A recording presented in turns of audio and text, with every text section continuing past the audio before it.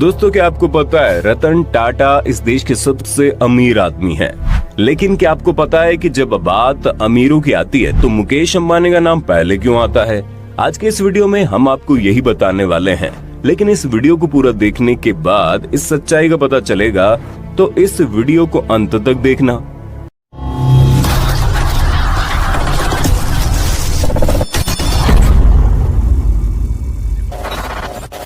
बात अगर हम भारत के सबसे अमीर आदमी की करें तो मुकेश अंबानी और रतन टाटा जैसे नाम सबसे पहले आते हैं। लेकिन क्या आपको मालूम है कि मुकेश अंबानी जो इस वक्त एशिया के सबसे अमीर आदमी हैं, उनके पास महज 6 कंपनी मौजूद है। जी हाँ, सिर्फ और सिर्फ 6 कंपनी। लेकिन वहीं दूसरी तरफ रतन टाटा जो हमेशा लाइमलाइट से दूर रहते हैं, उनके पास 135 कंपनीज मौजूद है। अब एक ऐसा आदमी जिसके पास सिर्फ और सिर्फ 6 कंपनी मौजूद है, वो पूरे एशिया का सबसे अमीर आदमी बन जाता है। तो वहीं दूसरी तरफ एक आदमी जिसके पास 135 कंपनीज है, उसके बावजूद भी उसका नाम लाइमलाइट में क्यों नहीं आता? कहीं ऐसा तो नहीं जो दिखता है वही बिकता है? कहीं ऐसा तो नहीं मुकेश अंबानी अपने पैसे होने से अधिक दिखावा करते हैं? तो वहीं दूसरी तरफ रतन टाटा चुपके से गेम खेल जाते हैं। और आज के इस वीडियो में हम इसी मुद्दे की बात करने वाले हैं कि आखिर मुकेश अंबानी से 20 गुना से ज्यादा कंपनीज होने के बावजूद भी रतन टाटा का नाम अमीरों की लिस्ट में क्यों नहीं आता? और आखिरकार मुकेश अंबानी ऐसी कौन सी चक्की चलाते हैं कि अपनी पत्नी को एक छोटा सा गिफ्ट भी कर दें तो मीडिया में हेडलाइन बन जाती है। दोस्तों, सबसे पहले हम बात करते हैं आखिर ये दोनों ही यहाँ तक पहुँचे कैसे। इन दोनों में से सबसे अधिक मेहनत किसने की? दोस्तों, आपको बता दें, एक तरफ जहां एक कंपनी ने महज 21,000 रुपए से अपने बिजनेस को स्टार्ट किया था, और आज ये कंपनी इतनी बड़ी हो गई है कि उसकी कीमत 5 लाख करोड़ रुपए से भी ज्यादा पहुंच चुकी है। और उस कंपनी का नाम है टाटा। साल 1839 में रतन नवल टाटा जी के परदादाजी ने, जिनका नाम जमशेद था, उन्होंने अपने परिवार की जिम्मेदारी उठाते हुए महज 21,000 रुपया उन्होंने अपने व्यापार में लगाया। जमशेद जी की किस्मत बहुत अच्छी थी और उनकी कंपनी दिनों दिन आगे बढ़ती चली गई। उन्होंने नागपुर में अपनी फैक्ट्री भी खोली और लगातार उन्हें सिर्फ और सिर्फ मुनाफा ही हासिल हुआ। जिसके बाद जमशेद जी ने एक के बाद एक 3 बड़े बड़े प्रोजेक्ट में अपना हाथ आजमाया। लेकिन अफसोस, जमशेद जी ने इन प्रोजेक्ट को भी कामयाब होते हुए देख पाते उससे पहले उनकी मृत्यु हो गई। लेकिन अपने पिताजी के लक्ष्य पर ही जमशेद जी के बेटे दोराबजी टाटा ने पिताजी के आयरन एंड स्टील कंपनी और हाइड्रो इलेक्ट्रिक पावर को एस्टेब्लिश कर उनका सपना पूरा कर दिया। अब तक टाटा ग्रुप के पास 14 कंपनीज तैयार हो चुकी थी। इसके बाद साल 1932 के लगभग दोराबजी की भी मौत हो गई, जिसके बाद टाटा कंपनी की जिम्मेदारी जहांगीर रतन दादा भाई टाटा ने ले ली और पुरानी 14 कंपनीज को चलाते हुए उन्होंने टाटा ग्रुप की कंपनी का आंकड़ा 95 कर दिया। और इतना ही नहीं, इसके साथ ही JRD टाटा ने इंडिया की पहली एयरलाइन टाटा एयरलाइन की भी शुरुआत की। हालांकि बाद में भारत सरकार ने टाटा एयरलाइन को अपने हैंड में ले लिया और इसका नाम बदलकर एयर इंडिया रख दिया। इन सब के बाद 3 पीढ़ियों के नाम और काम को आगे बढ़ाने की जिम्मेदारी रतन नवल टाटा को, जिन्हें इस वक्त आप जानते हैं और देखते हैं, जिन्होंने टाटा ग्रुप को इतना अधिक फैला दिया कि आज पूरी दुनिया टाटा को सलाम ठोकता है। और आज 21,000 से शुरू हुआ बिजनेस 5 लाख करोड़ पर पहुंच चुका है। और JRD टाटा ने जिस 95 कंपनीज को छोड़ा था, पर नवल टाटा ने उसे 135 पर पहुंचा दिया। तो ये था रतन टाटा के यहाँ तक पहुँचने का सफर। अब जानते हैं मुकेश अंबानी यहाँ तक कैसे पहुँचे। दोस्तों, मुकेश अंबानी आज जिस मुकाम पर है, उसकी शुरुआत उनके पिताजी धीरूभाई अंबानी ने की थी। अपनी सैलरी से मिलने वाली कमाई को जोड़ जोड़ कर धीरूभाई अंबानी ने रिलायंस कमर्शियल कॉरपोरेशन को शुरू किया, जहां पर मसाले और धागों का व्यापार होता था। धीरूभाई अंबानी ने विमल नाम से अपने कपड़े का धंधा भी शुरू किया। लेकिन अफसोस कि भारत के लोगों को विमल का कपड़ा पसंद नहीं आया, जिसके बाद धीरूभाई अंबानी ने दिमाग लगाते हुए विमल के स्टॉक को बेचना शुरू कर दिया। आपको जानकर हैरानी होगी कि जिस वक्त लोगों को शेयर मार्केट शब्द का ज्ञान भी नहीं था, उस वक्त धीरूभाई अंबानी ने लोगों को विमल के स्टॉक को खरीदने के लिए मना लिया और देखते ही देखते रिलायंस कंपनी 70 करोड़ की हो गई।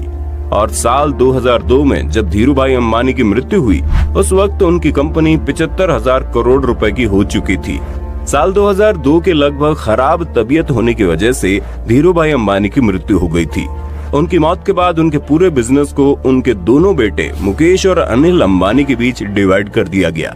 लेकिन दोनों ही भाइयों का दिमाग अलग अलग होने की वजह से एक तरफ जहां अनिल अंबानी कोर्ट में ये साबित करने के पीछे पड़े हैं कि वो पूरी तरह से दिवालिया हो चुके हैं, तो वहीं दूसरी तरफ मुकेश अंबानी की कंपनी 7,930 मिलियन डॉलर की हो चुकी है। अब बात आती है मुकेश अंबानी और रतन नवल टाटा में कौन 19 है और कौन 20। दोस्तों, जैसा कि हमने आपको बताया, मुकेश अंबानी की रिलायंस के पास इस वक्त सिर्फ और सिर्फ 6 बड़े बड़े कंपनीज मौजूद है और वहीं दूसरी तरफ टाटा ग्रुप के पास 135 से ज्यादा कंपनीज मौजूद है। लेकिन फिर भी अमीरों के लिस्ट में हर वक्त मुकेश अंबानी का नाम ही रहता है। दरअसल इसके पीछे एक बहुत बड़ा गेम है जिसके बारे में बहुत ही कम लोगों को पता है। तो दोस्तों, आपको बता दें, मुकेश अंबानी अमीरों की लिस्ट में आगे इसलिए रहते हैं क्योंकि रिलायंस ग्रुप में वो 48% शेयर के मालिक हैं। यानी रिलायंस कंपनी के जितने भी ग्रुप हैं उसके लगभग आधे के मालिक मुकेश अंबानी खुद हैं। यही वजह है कि इस वक्त मुकेश अंबानी पूरी एशिया के सबसे अमीर आदमी हैं। वहीं दूसरी तरफ बात करें हम रतन टाटा की, तो आपको जानकर हैरानी होगी, टाटा ग्रुप में वो 1% से भी कम के शेयर के मालिक हैं क्योंकि उनके ग्रुप का 66% शेयर उन्हीं की कंपनी के अलग अलग ट्रस्ट जैसे sir Ratan Tata trust, sir Dorabji Tata trust, Tata education and development जैसे कई ट्रस्ट को डोनेट किया जाता है। यानी कि टाटा ग्रुप से जितनी भी कमाई होती है उसका 66% भारत के लोगों के लिए दान कर दिया जाता है। यानी कि टाटा ग्रुप के जितने भी 134 कंपनीज है उससे जितनी भी कमाई होती है उसका इस्तेमाल रतन नवल टाटा अपनी अमीरी को दिखाने के लिए नहीं करते, बल्कि भारत के लोगों के अच्छे जीवन के लिए दान कर देते हैं। उनकी कंपनी का आधे से ज्यादा पैसा आज भारत के लोगों के बेहतर स्वास्थ्य के लिए खर्च होता है, बेहतर पढ़ाई के लिए खर्च होता है, बेहतरीन जिंदगी के लिए खर्च होता है। लेकिन अफसोस, भारत के अधिकतर लोगों को इस बात का अंदाजा ही नहीं कि जिस टाटा का नमक भारत के लोग खाते हैं उसका 66% से ज्यादा उन्हीं लोगों के पीछे खर्च कर दिया जाता है।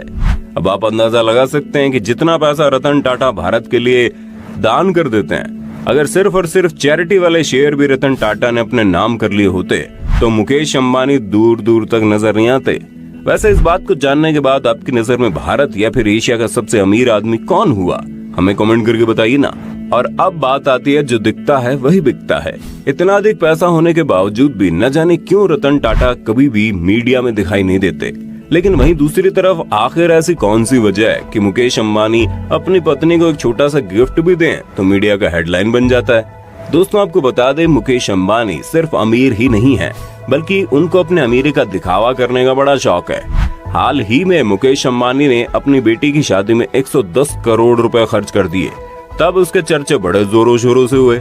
मुकेश अंबानी ने अपनी पत्नी नीता अंबानी को अब तक 3 बड़े प्राइवेट जेट गिफ्ट कर दिए हैं। हैरानी की बात तो यह है कि उन सभी प्राइवेट जेट की कीमत लाखों नहीं बल्कि करोड़ों में है।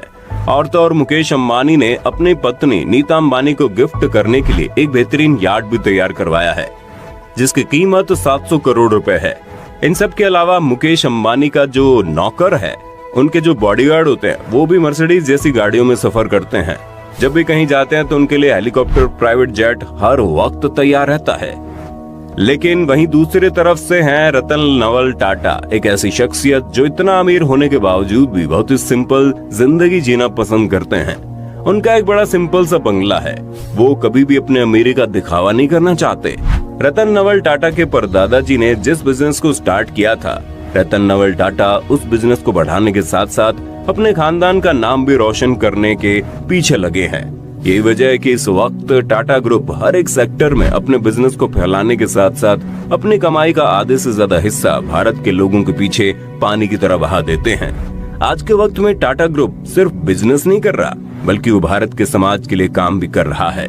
अगर कहीं पर कोई डिजास्टर होता है तो टाटा ग्रुप का आदमी वहां पर राहत कार्य करता है। भारत के गांव-गांव में शिक्षा पहुंचाने के लिए टाटा ग्रुप करोड़ों रुपए खर्च कर देता है। गरीबों के इलाज के पीछे, गरीबों को शिक्षा दिलाने के लिए, उनके रहने के लिए हर चीज में टाटा ग्रुप पानी की तरह पैसों को बहा रहा है। यकीनन अगर टाटा ग्रुप उन पैसों का इस्तेमाल अपने आप को अमीर करने के लिए करते तो इस वक्त वो सिर्फ एशिया के सबसे अमीर आदमी नहीं बल्कि पूरी दुनिया के अमीरों की लिस्ट में उनका नाम होता। लेकिन कहते हैं ना, जो दिखता है वही बिकता है। एक तरफ मुकेश अंबानी जो बिजनेसमैन की तरह सोचते हुए इस वक्त एशिया के सबसे अमीर आदमी बन बैठे हैं, तो वहीं दूसरी तरफ सर रतन नवल टाटा जो बिजनेसमैन होने के साथ साथ भारत के सच्चे नागरिक होने का फर्ज भी अदा कर रहे हैं और चुपके चुपके भारत के लोगों के लिए इतना बड़ा बलिदान दे रहे हैं। दोस्तों, उम्मीद करते हैं जानकारी आपको अच्छी लगी होगी। आपकी नजर में भारत का और एशिया का सबसे अमीर आदमी कौन है, मुकेश अंबानी या फिर रतन नवल टाटा? आप हमें कमेंट में बताइए। वीडियो अच्छी लगी तो लाइक कीजिए, हमारे चैनल को सब्सक्राइब करके बेल आइकन ऑन करना बिल्कुल मत भूलना।